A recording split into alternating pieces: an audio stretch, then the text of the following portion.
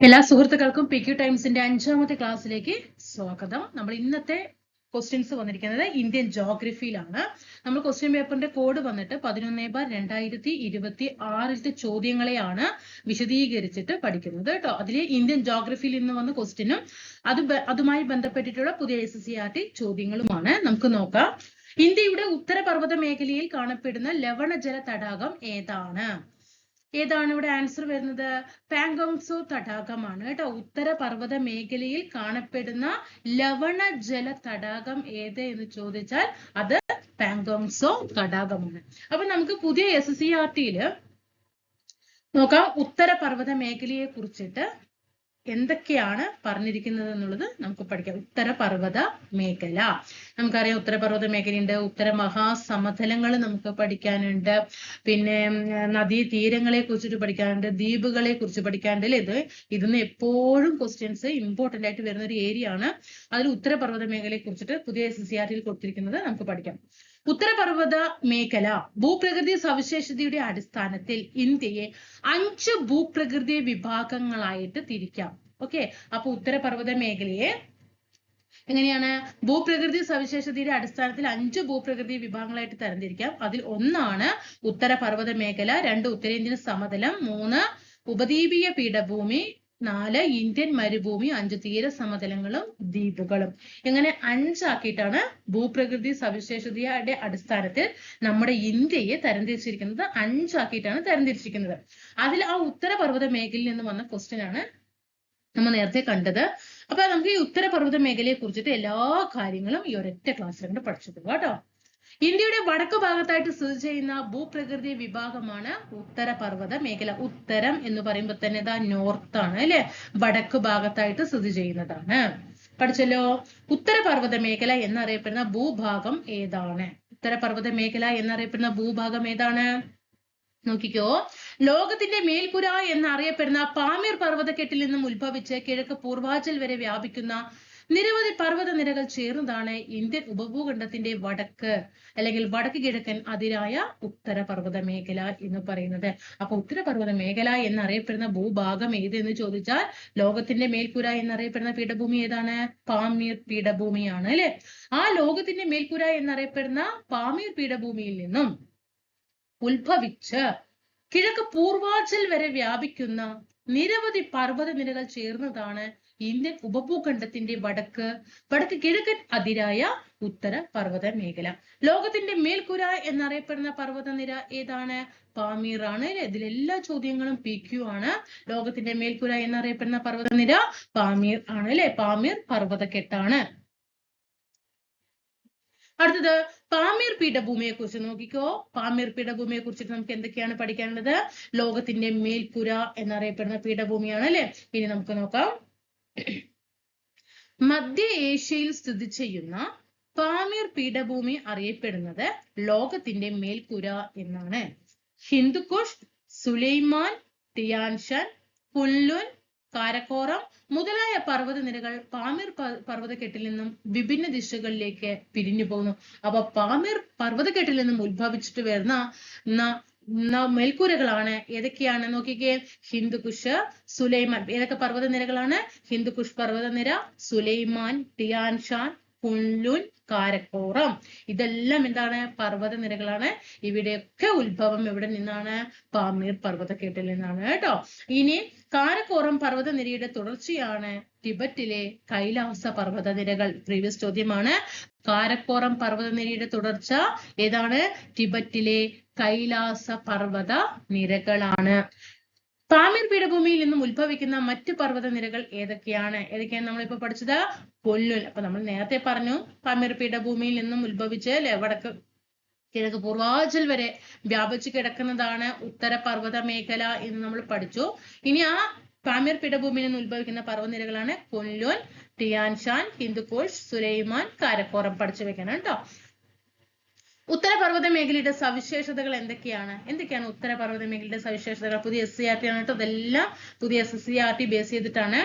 താരതമ്യേന ഓരോരോ പോയിന്റും പഠിക്കണേ. താരതമ്യേന പ്രായം കുറഞ്ഞതാണ് കേട്ടോ. പ്രായം കുറവാണ് ഉത്തരപർവ്വത മേഖലയ്ക്ക്, പക്ഷെ ഉയരം കൂടുതലുമാണ്. പ്രായം കുറഞ്ഞതും ഉയരം കൂടിയതുമായ പർവ്വത നിരയാണ് ഒരു പോയിന്റ്. അടുത്തത് ശിലാപാളികൾക്ക് വലനം സംഭവിച്ച് രൂപപ്പെട്ട മടക്കു പർവ്വതമാണ്. രണ്ടാമത്തെ പോയിന്റ്. ഇത് 1, ഇത് 2. ശിലാപാളികൾക്ക് വലനം സംഭവിച്ച് രൂപപ്പെട്ട മടക്കു പർവ്വതമാണ്. അടുത്തത് പടിഞ്ഞാറ് സിന്ധു നദി മുതൽ കിഴക്ക് ബ്രഹ്മപുത്ര നദി വരെ ഏകദേശം 2400 കിലോമീറ്റർ നീളത്തിൽ വ്യാപിച്ചു കിടക്കുന്ന ഉത്തരപർവ്വത മേഖലയ്ക്ക് 150 മുതൽ 400 കിലോമീറ്റർ വരെ വീതിയുണ്ട്. 3 പോയിന്റ് പഠിച്ചോ. പ്രായം കുറവാണ്, ഉയരം കൂടുതലാണ്. ശിലാപാളികൾക്ക് വലനം സംഭവിച്ച് രൂപപ്പെട്ട മടക്കു പർവ്വതമാണ്. പഠിച്ചോ. പടിഞ്ഞാറ് സിന്ധു നദി മുതൽ കിഴക്ക് ബ്രഹ്മപുത്ര നദി വരെ ഏകദേശം 2400 കിലോമീറ്റർ നീളത്തിലാണ് വ്യാപിച്ചു കിടക്കുന്നത്. നീളം 2400. എത്രയാണ് നീളം? എത്രയാണ് നീളം? 2400 അല്ലെ? 2400. എങ്കിൽ വീതി എത്രയാ? വീതി എത്രയാ? 150 മുതൽ 400 കിലോമീറ്റർ വരെയാണ് കേട്ടോ. നീളം എത്രയാണ്? നീളം എത്രയാണ്? 2400 കിലോമീറ്റർ. പഠിച്ചു വെക്കണം. പ്രീവിയസ് ചോദ്യമാണ്. Next one. ഭൂപ്രകൃതിയുടെ സവിശേഷതകളെ അടിസ്ഥാനമാക്കി ഇനി നമുക്ക് ഉത്തരപർവ്വത മേഖലയെ 3ആയിട്ട് തരംതിരിക്കാം. ആ ഉത്തരപർവ്വത മേഖലയെ 3ആയിട്ട് തരംതിരിക്കുന്നത് എങ്ങനെയൊക്കെയാണ്?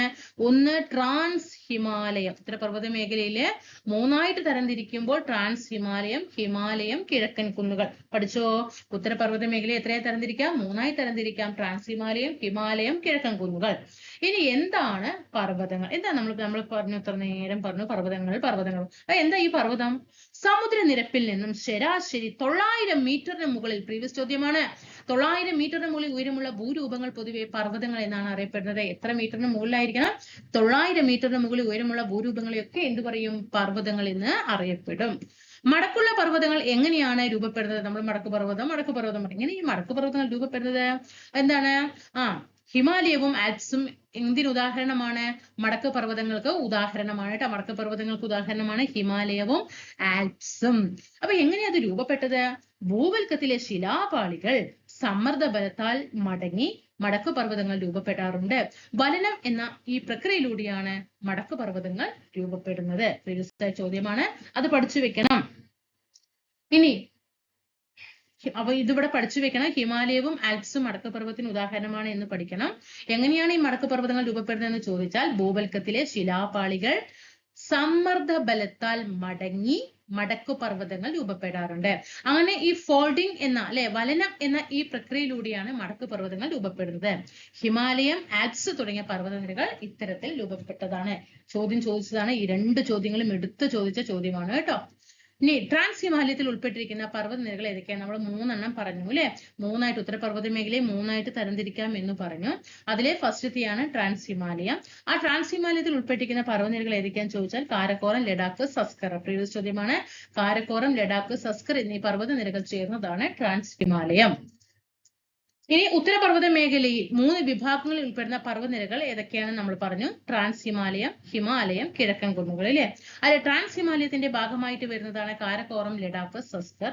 ഹിമാലയത്തിന്റെ ഭാഗമായിട്ട് വരുന്നതാണ് ഹിമാദ്രി, ഹിമാചൽ, സിവാലിക്. കിഴക്കൻ കുന്നുകളുടെ ഭാഗമായിട്ട് വരുന്നതാണ് നാഗ കുന്നുകൾ, പട്ഗായ് ബും, മിസോ കുന്നുകൾ, ഗാസി, ഗാരോ, ജയന്തി കുന്നുകൾ കേട്ടോ. വെരി ഇമ്പോർട്ടന്റ് ആണ്. വേറെ പഠിച്ചോ. ഉത്തരപർവ്വത മേഖലയെ 3ആക്കി തരംതിരിക്കാം. ട്രാൻസ് ഹിമാലയം, ഹിമാലയം, കിഴക്കൻ കുന്നുകൾ.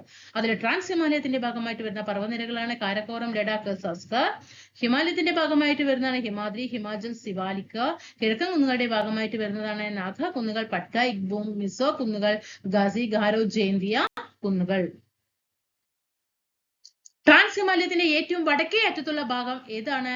ടിബറ്റൻ ഹിമാലയമാണ് കേട്ടോ. ട്രാൻസ് ഹിമാലയത്തിന്റെ ഏറ്റവും വടക്കേ അറ്റത്തുള്ള ഭാഗം എന്നറിയപ്പെടുന്ന ടിബറ്റൻ ഹിമാലയമാണ്. ട്രാൻസ് ഹിമാലയത്തിന്റെ തെക്കായിട്ട് കിഴക്കോട്ട് വ്യാപിച്ചു കിടക്കുന്ന 3 സമാന്തര പർവ്വതനിരകൾ ഏതെല്ലാമാണ്? ഏതാണ്? ഹിമാദ്രി, ഹിമാചൽ, സിവാലിക് കേട്ടോ. അപ്പൊ ട്രാൻസ് ഹിമാലയത്തിന്റെ വടക്ക് ഭാഗത്ത് ഏത് എന്ന് ചോദിച്ചാൽ അത് ടിബറ്റൻ ഹിമാലയമാണ്. ടിബറ്റൻ ഹിമാലയമാണ്. എന്നാൽ ട്രാൻസ് ഹിമാലയത്തിന്റെ തെക്ക് കിഴക്ക്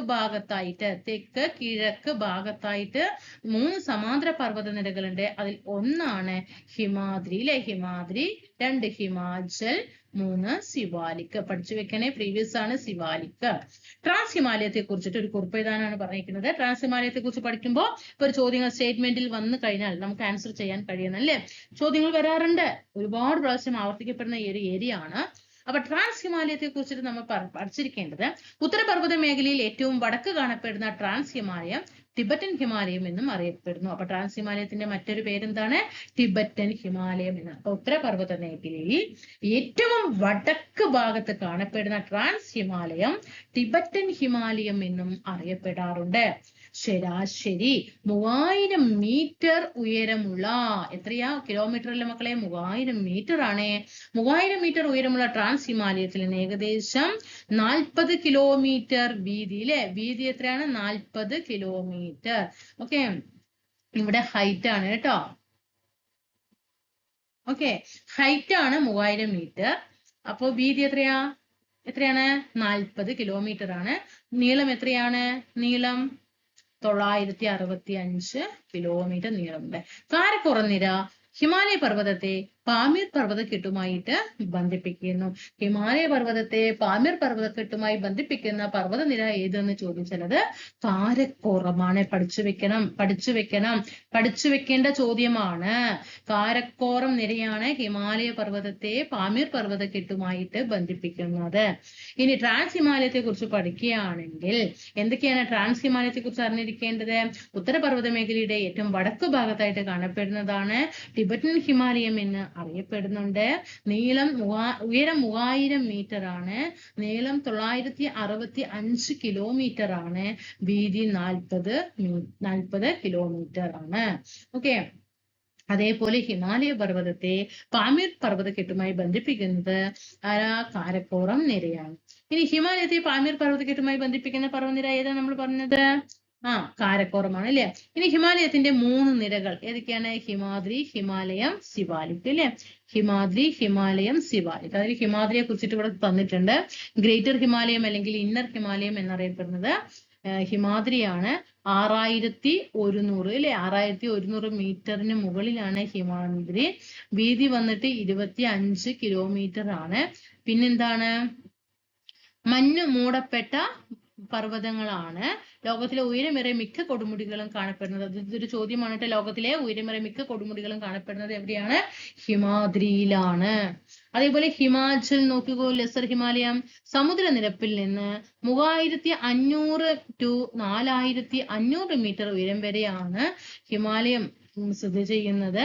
60 മുതൽ 80 കിലോമീറ്റർ വരെ വീതിയാണ് ഹിമാലയത്തിനുള്ളത്. ഇനി സിവാലിക് എന്താണ്? ഔട്ടർ ഹിമാലയം 3500 to 4500 കിലോമീറ്റർ, അല്ലെ? ശരാശരി ഉയരം. ഏറ്റവും പുറമേയുള്ള ഭാഗമാണ്. ഏറ്റവും തെക്കു ഭാഗത്തായിട്ടാണ്. ഗംഗാ സമതലത്തിന് അതിരായിട്ടാണ്. പിന്നെ എന്താണ്? 60 മുതൽ 150 കിലോമീറ്റർ വരെയാണ് വീതി. പഠിച്ചല്ലോ. അപ്പൊ ഹിമാദ്രിയും ഹിമാചലും സിവാലിക്കിന്റെയും പ്രത്യേകത നമ്മൾ പഠിച്ചു. ഹിമാദ്രി പറയുമ്പോൾ 6100 ആണെങ്കിൽ ഇവിടെ ഹിമാലയം എത്രയാണ്? 3500 to 4500 ആണ്. ഇവിടെ എത്രയാണ്? ഇതും അതേപോലെ 3500 മീറ്റർ ടു 4500 മീറ്റർ വരെയാണ് സിവാലിക്. ലോകത്തിലെ ഉയരമേറിയ പർവ്വതനിരകളിലൊന്നായി ഹിമാലയം ഇന്നും വളർന്നുകൊണ്ടിരിക്കുന്നത് എന്തുകൊണ്ടായിരിക്കാം? ഹിമാലയം എന്നും വളർന്നുകൊണ്ടിരിക്കാനുള്ള കാരണം എന്താ? ഭൗമശിലാപാളികളുടെ ചലനം. എന്താണ്? ഭൗമശിലാപാളികളുടെ ചലനം കൊണ്ടാണ്. ഇനി ഈ അവിടെ കാണപ്പെടുന്ന ഉത്തരപർവ്വത മേഖലയിൽ കാണപ്പെടുന്ന പ്രധാനപ്പെട്ട ദേശീയ ഉദ്യാനങ്ങൾ നോക്കാം. പടിഞ്ഞാറൻ ഹിമാലയമുണ്ട്. ഹിമാലയത്തിൽ കാണപ്പെടുന്ന ദേശീയ ഉദ്യാനങ്ങൾ ഏതൊക്കെയാണ്? പടിഞ്ഞാറൻ ഹിമാലയത്തിലും കിഴക്കൻ ഹിമാലയത്തിലും വേറെ കാണപ്പെടുന്നുണ്ട്. പടിഞ്ഞാറൻ ഹിമാലയത്തിൽ കാണപ്പെടുന്നതാണ് ഡച്ചിങ്ഹാം, അല്ലെ? ഡച്ചിങ്ഹാം ദേശീയോദ്യാനം ജമ്മു കാശ്മീരിലാണ്. ഹെമിസ് ലഡാക്കിലാണ്. പൂക്കളുടെ താഴ്വര എന്നറിയപ്പെടുന്ന സംസ്ഥാനമാണ് ഉത്തരാഖണ്ഡ്. കോർബറ്റ് നാഷണൽ പാർക്ക് ഉത്തരാഖണ്ഡിലാണ്. രാജാജി ദേശീയോദ്യാനം ഉത്തരാഖണ്ഡിലാണ്. എല്ലാം പ്രീവിയസ് ആണ്.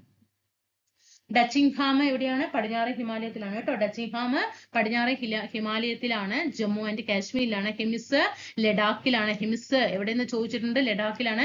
പൂക്കളുടെ താഴ്വര എന്നറിയപ്പെടുന്ന സ്റ്റേറ്റ് ഏതാണ്? ഉത്തരാഖണ്ഡാണ്. കോർബറ്റ് നാഷണൽ പാർക്ക് ഉത്തരാഖണ്ഡിലാണ്. രാജാജി ദേശീയോദ്യാനം ഉത്തരാഖണ്ഡിലാണ് കേട്ടോ. പഠിക്കണേ. കോർബറ്റ് ഉത്തരാഖണ്ഡ്, രാജാജി ഉത്തരാഖണ്ഡ്. കിഴക്കൻ ഹിമാലയത്തിന്റെ ഭാഗമായിട്ട് വരുന്നതാണ് കാഞ്ചൻഗംഗ, ദിബ്രുസെഖോവ, കാസിരംഗ, മാനസ്, കിബുൾ ലെംചാവോ. ഓക്കെ, ഏതൊക്കെ സംസ്ഥാനങ്ങളാണ് കൂടിയിട്ട് ഒപ്പം പഠിച്ചു വരണം. ഓൾ PQ ആണ് കേട്ടോ. ഓൾ PQ ആണ്. കാഞ്ചൻജംഗ ദേശീയോദ്യാനം സിക്കിമിലാണ്. ദിബ്രുസെഖോവ അസമിലാണ്. കാസിരംഗ അസമാണ്. മാനസ് അസമാണ്. കിബുൾ ലെംചാവോ, അല്ലെ? ഒഴുകുന്ന തടാകം എന്നറിയപ്പെടുന്നത് കിബുൾ ലെംചാവോ ആണ്, മണിപ്പൂരിലാണ്. ഉത്തരപർവ്വത മേഖലയിലെ കൃഷിരീതികളുടെ പ്രത്യേകതകൾ എന്തൊക്കെയാണ്? പർവ്വത ചരിവുകൾ തട്ടുകളായി തിരിച്ച് ഒരു ചോദ്യം പ്രീവിയസ് ചോദ്യമാണ് കേട്ടോ. പർവ്വത ചരിവുകൾ തട്ടുകളായി തിരിച്ച് ഓരോ പ്രദേശത്തിനും അനുയോജ്യമായ വിളകൾ കൃഷി ചെയ്യുന്നു. നെല്ല്, പയറുവർഗ്ഗങ്ങൾ, ഉരുളക്കിഴങ്ങ് എന്നിവ മഴക്കാലത്തും ഗോതമ്പ്, മിതോഷ്ണ പഴവർഗ്ഗങ്ങൾ എന്നിവ വസന്തകാലത്തും കൃഷി ചെയ്യുന്നു. അപ്പൊ ഗോതമ്പ് ഈ ഒരു ചോദ്യം പ്രീവിയസ് ചോദ്യമാണ്. ഗോതമ്പ് കൃഷി ചെയ്യുന്നത് എപ്പോൾ ചോദിച്ചാൽ മിതോഷ്ണ കാലത്താണ് കേട്ടോ. ഒരു മിതോഷ്ണകാല വിളയാണ് ഗോതമ്പ് എന്ന് പറയുന്നത്. കിഴക്കൻ ഹിമാലയത്തിന്റെ ചരിവുകളും താഴ്വരകളും ഉൾപ്പെടുന്ന അസം, ഡാർജിലിംഗ് മേഖലകളിൽ തേയില കൃഷിക്കാണ് കൂടുതൽ പ്രാധാന്യം കേട്ടോ. അസം, ഡാർജിലിംഗ് മേഖലകളിലെ തേയില കൃഷി. വടക്കുകിഴക്കൻ ഇന്ത്യയിലെ കുന്നുകളിൽ തദ്ദേശീയ ഗോത്ര ജനത സ്ഥാനമാറ്റ കൃഷി, ഷിഫ്റ്റിംഗ് കൾട്ടിവേഷൻസ് പോലുള്ള പരമ്പരാഗത കൃഷി രീതികൾ തുടരുന്നു. അപ്പൊ ഉത്തരപർവ്വത മേഖലയില് പർവ്വത ചരിവുകളെ എന്ത് ചെയ്യും? തട്ടായിട്ട് തിരിക്കും. എന്നിട്ട് ആ തട്ടായിട്ട് തിരിക്കുന്നത് ഓരോ പ്രദേശത്തും ഓരോരോ കാലാവസ്ഥയായിരിക്കും അല്ലെ. ആ കാലാവസ്ഥയ്ക്ക് അനുസരിച്ചിട്ട് എന്ത് ചെയ്യും? കൃഷി ചെയ്യും. ഇനി നെല്ലും പയറുവർഗ്ഗങ്ങളും ഉരുളക്കിഴങ്ങൊക്കെ നല്ല മഴക്കാലത്ത് കൃഷി ചെയ്യുമ്പോൾ ഒരു മിതമായ ഉഷ്ണകാലത്താണ് ഗോതമ്പും പഴവർഗ്ഗങ്ങളും കൃഷി ചെയ്യുക. ഇനി അങ്ങനെ വന്ന് അത് കിഴക്കൻ ഹിമാലയത്തിന്റെ ചരിവുകളും താഴ്വരകളൊക്കെ ഉൾപ്പെടുന്ന ഭാഗത്ത്, അതായത് ആ ഭാഗം ഏതാണ്? അസം, ഡാർജിലിംഗ് മേഖലയാണ്. അവിടെ തേയില കൃഷി ചെയ്യും. അതേപോലെ വടക്ക് കിഴക്കൻ ഇന്ത്യയിലെ കുന്നുകളില് അവിടുത്തെ ഗോത്ര ജനത എന്ത് കൃഷിയുണ്ട്? സ്ഥാനമാറ്റ കൃഷി പോലുള്ള പരമ്പരാഗത കൃഷി രീതികൾ പിന്തുടരുന്നുണ്ട്. ഉത്തരപർവ്വത മേഖലയിലെ പ്രധാനപ്പെട്ട കാർഷിക വിളകൾ നെല്ല്, പയറുവർഗ്ഗങ്ങൾ, ഉരുളക്കിഴങ്ങ്, ഗോതമ്പ്, മിതോഷ്ണ പഴവർഗ്ഗങ്ങൾ, തേയില. ഇതാണ് പ്രധാനപ്പെട്ട കാർഷിക വിളകൾ. ഉത്തരപർവ്വത മേഖലയിലെ കാലാവസ്ഥ മാറ്റങ്ങൾക്കനുസരിച്ചിട്ടുള്ള കൃഷികൾ ഏതെല്ലാം? നെല്ല്, പയറുവർഗ്ഗങ്ങൾ, ഉരുളക്കിഴങ്ങ് എന്നിവ മഴക്കാലത്തും ഗോതമ്പ്, മിതോഷ്ണ പഴവർഗ്ഗങ്ങൾ എന്നിവ വസന്തകാലത്തും കൃഷി ചെയ്യുന്നു. ഉത്തരപർവ്വത മേഖല കൃഷിക്ക് പ്രതികൂലമായിട്ടുള്ള ഘടകം എന്താണ്? പ്രതികൂല ഘടകങ്ങള് നല്ല ഉയരമാണ് എന്ന് പറഞ്ഞു. പ്രായം കുറവാണെങ്കിലും ഉയരം കൂടുതലാണ് അല്ലെ. അതെന്താണ്? ഒരു പ്രതികൂലമായ ഘടകമാണ്. ചെങ്കുത്തായിട്ടുള്ള ഒരു ചരിവ്, പാകമാകാത്ത മണ്ണ്, കുറഞ്ഞ താപനില. ഇതൊക്കെ എന്താണ്? അവിടുത്തെ കൃഷിക്ക് അനുയോജ്യമല്ലാത്ത ഒരു ഘടകങ്ങളാണ്. ഉത്തരപർവ്വത മേഖലയിലെ ഭൂപ്രദേശത്തിന്റെ ഉയരക്രമം അനുസരിച്ചിട്ടുള്ള മൃഗവൈവിധ്യത്തെ കുറിച്ചിട്ട് എന്തൊക്കെയാണ്? പ്രദേശത്തിന്റെ ഉയരക്രമം അനുസരിച്ച് കാലാവസ്ഥയിൽ മാറ്റം വരുന്നതിനാൽ വളർത്തുമൃഗങ്ങളുടെ ഇനത്തിലും മാറ്റം വരുന്നു. താഴ്വാരങ്ങളിൽ ആട്, പശു തുടങ്ങിയ മൃഗങ്ങളും ഉയരം കൂടിയ പർവ്വത ഭാഗങ്ങളിൽ ചെമ്മരിയാട്, കുതിര തുടങ്ങിയവയും ഹിമാചൽ, ലഡാക്ക് മേഖലകളിൽ തണുപ്പിനെ അതിജീവിക്കാൻ ശേഷിയുള്ള യാക്ക് പോലുള്ള മൃഗങ്ങളെയുമാണ്. ക്വസ്റ്റ്യൻ നോക്കൂ. നമ്മൾ അങ്ങനെ ഉത്തരപർവ്വത മേഖലയെ കുറിച്ചിട്ട് ഡീറ്റെയിൽ ആയിട്ട് പഠിച്ചിട്ടുണ്ട്. എല്ലാ ക്വസ്റ്റ്യനും പുതിയ SSCRT-യിലുള്ള എല്ലാ കാര്യങ്ങളും നമ്മൾ പഠിച്ചു. ഇനി സർവേ ഓഫ് ഇന്ത്യയുടെ ആസ്ഥാനം സ്ഥിതി ചെയ്യുന്നത് എവിടെയാണ് സർവേ ഓഫ് ഇന്ത്യയുടെ ആസ്ഥാനം? ഡെറാഡൂൺ ആണ് അല്ലെ. സർവേ ഓഫ് ഇന്ത്യയുടെ ആസ്ഥാനം ഡെറാഡൂൺ ആണ്. അപ്പൊ എന്താണ് ഈ ഡൂൺ എന്ന് പറയുന്നത്? എന്താണ് ഈ ഡൂൺ? ലെസർ ഹിമാലയത്തിനും സിവാലിക് മലനിരകൾക്കും ഇടയിൽ കാണപ്പെടുന്ന നിരപ്പായ താഴ്വരകളെയാണ് ഡൂണുകൾ. ഉത്തരാഖണ്ഡ് സംസ്ഥാനത്തിലെ ഡെറാഡൂൺ ഇതിൽ പ്രസിദ്ധമാണ്. അപ്പൊ ലെസർ ഹിമാലയത്തിനും സിവാലിക് മലനിരകൾക്കും ഇടയിൽ കാണപ്പെടുന്ന നിരപ്പായ താഴ്വരകളാണ് ഡൂണുകൾ. ഉത്തരാഖണ്ഡ് സംസ്ഥാനത്തിലെ ഡെറാഡൂൺ ഇതിൽ പ്രസിദ്ധമാണ്. അപ്പൊ എന്താണ് ഡൂൺ എന്ന് പഠിച്ചല്ലോ. ഇനി എന്താണ് ഈ ബുഗ്യാൽ എന്ന് പറഞ്ഞാൽ? ഉയർന്ന പർവ്വത ചരിവുകളിൽ കാണപ്പെടുന്ന വേനൽക്കാല പുൽമേടുകൾ. പ്രീവിയസ് ചോദ്യമാണ്. ഇനി അടുത്ത എക്സാമിനും ക്വസ്റ്റ്യൻ വരും. ഉയർന്ന പർവ്വത ചരിവുകളിൽ കാണപ്പെടുന്ന വേനൽക്കാല പുൽമേടുകളെ അറിയപ്പെടുന്ന പേരാണ് ബുഗ്യാൽ എന്ന്. ശൈത്യകാലത്തെ മഞ്ഞിനടിയിലും ആകുന്ന ബുഗ്യാലുകൾ പലയിടങ്ങളിലും വിനോദസഞ്ചാരത്തിനായിട്ട് പ്രയോജനപ്പെടുത്തുന്നുണ്ട്. അപ്പൊ എന്താണ് ബുഗ്യാൽ എന്ന് പറഞ്ഞാൽ? ഉയർന്ന പർവ്വത ചരിവുകളിൽ കാണപ്പെടുന്ന വേനൽക്കാല പുൽമേടുകളാണ്. അപ്പൊ പഠിച്ചല്ലോ. അപ്പൊ നമ്മൾ 2 ക്വസ്റ്റ്യൻ ആണ് എടുത്തത്. ഉത്തരപർവ്വത മേഖലയുമായിട്ട് ബന്ധപ്പെട്ട ക്വസ്റ്റ്യൻ എടുത്തു. അത് ഡീപ്പായിട്ട് പുതിയ SSCRT ബേസ് ചെയ്തിട്ട് നമ്മൾ പഠിച്ചു കഴിഞ്ഞു. അതേപോലെ എന്താണ് ഡൂണുകൾ എന്ന് പഠിച്ചു, എന്താണ് ബുഗ്യാൽ എന്ന് പഠിച്ചു അല്ലെ. അപ്പൊ ക്ലാസ്സിൽ ഇഷ്ടപ്പെടുകയാണെങ്കിൽ തീർച്ചയായിട്ടും സബ്സ്ക്രൈബ് ചെയ്ത് സപ്പോർട്ട് ചെയ്യുക, ലൈക്ക് ചെയ്യുക, ഷെയർ ചെയ്യുക. താഴേക്ക് വിലയേറിയ അഭിപ്രായങ്ങളും വിമർശനങ്ങളും നിർദ്ദേശങ്ങളും ഒക്കെ എഴുതി അറിയിക്കാൻ ശ്രദ്ധിക്കുക. നമ്മുടെ ടെലിഗ്രാം ഗ്രൂപ്പിൽ കൂടിയിട്ട് ജോയിൻ ചെയ്യാൻ ശ്രദ്ധിക്കുക. അടുത്ത ക്ലാസ്സിൽ കാണാം. Thank you.